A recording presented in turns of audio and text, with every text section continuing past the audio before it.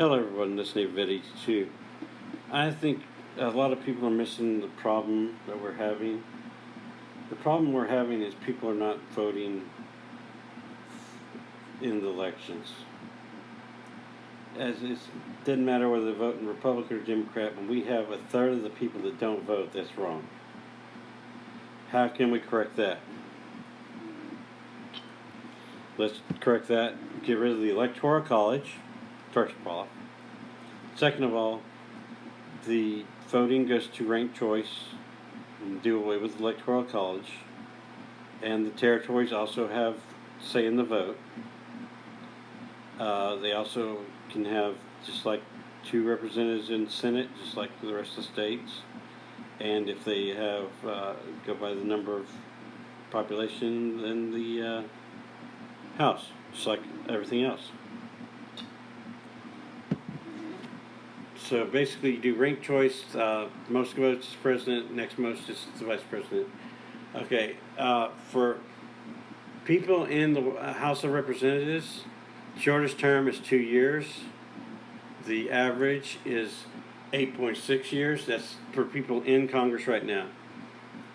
And the maximum ever was John D. Dingell for 59 years and 22 days. In the U.S. Senate, 6 years is the minimum, of course. 11.2 is the average. So over 1 term is definitely the average. Robert C. Byrd, 51 years, 5 months, 26 days.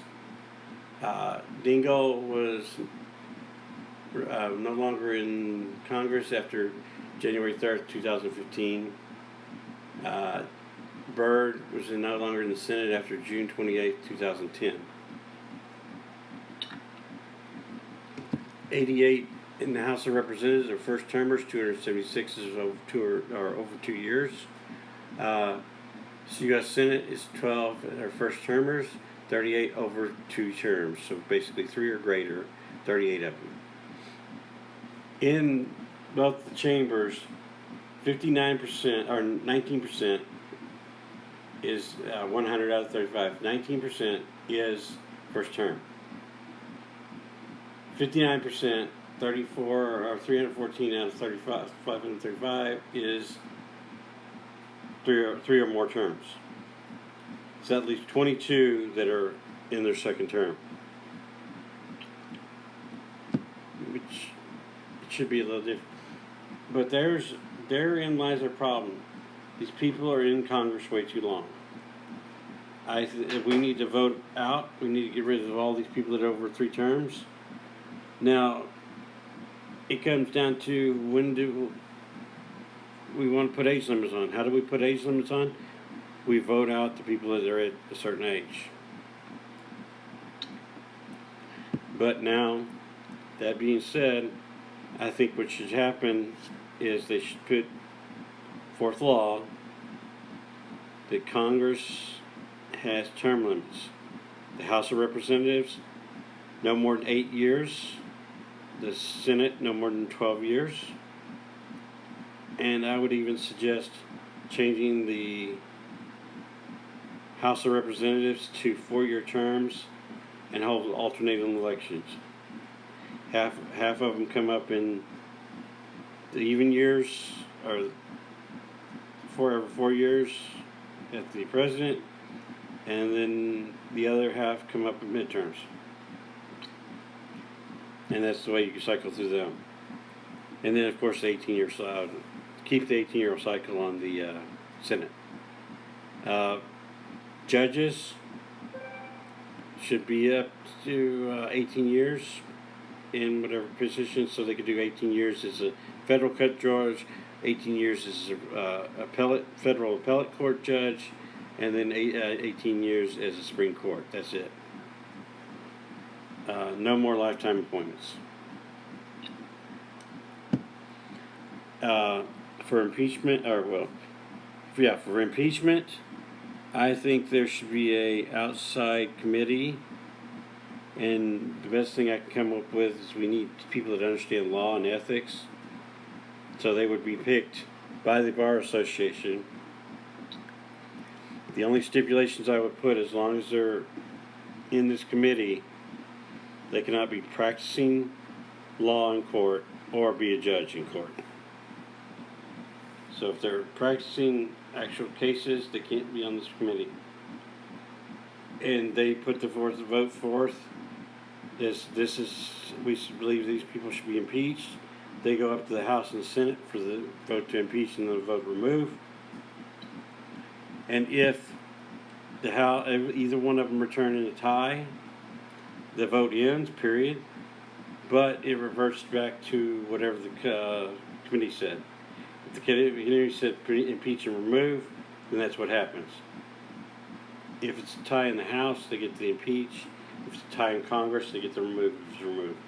If they say not to remove, then if they tie, it's a no removal. So that would take the partisan part thing out of it. And I don't believe any vote should be totally party line. If you do not have other representatives on the other side voting for it, then it shouldn't be counted.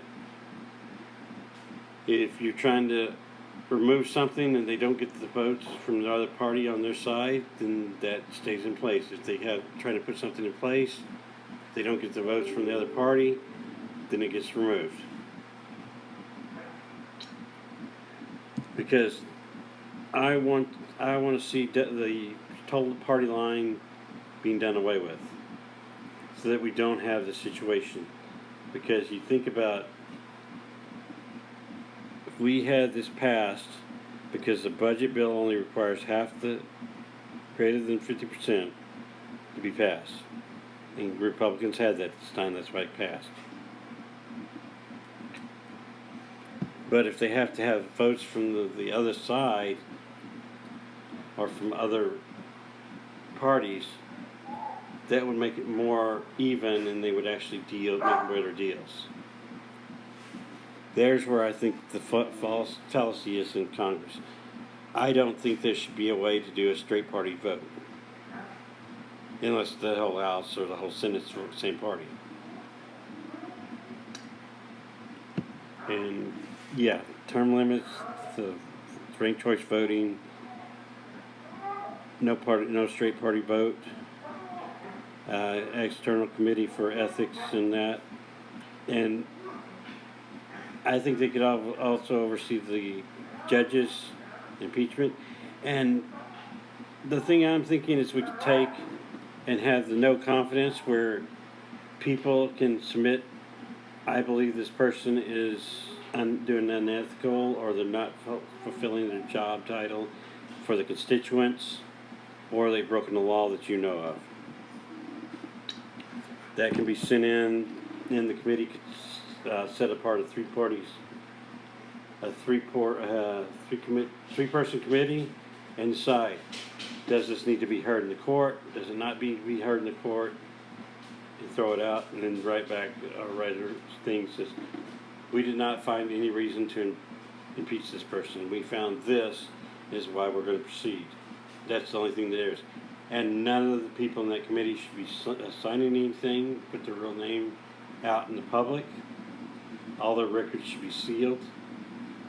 And the only thing that will be public is what they released, that this committee voted to impeach and remove this person, and that's all that goes forward.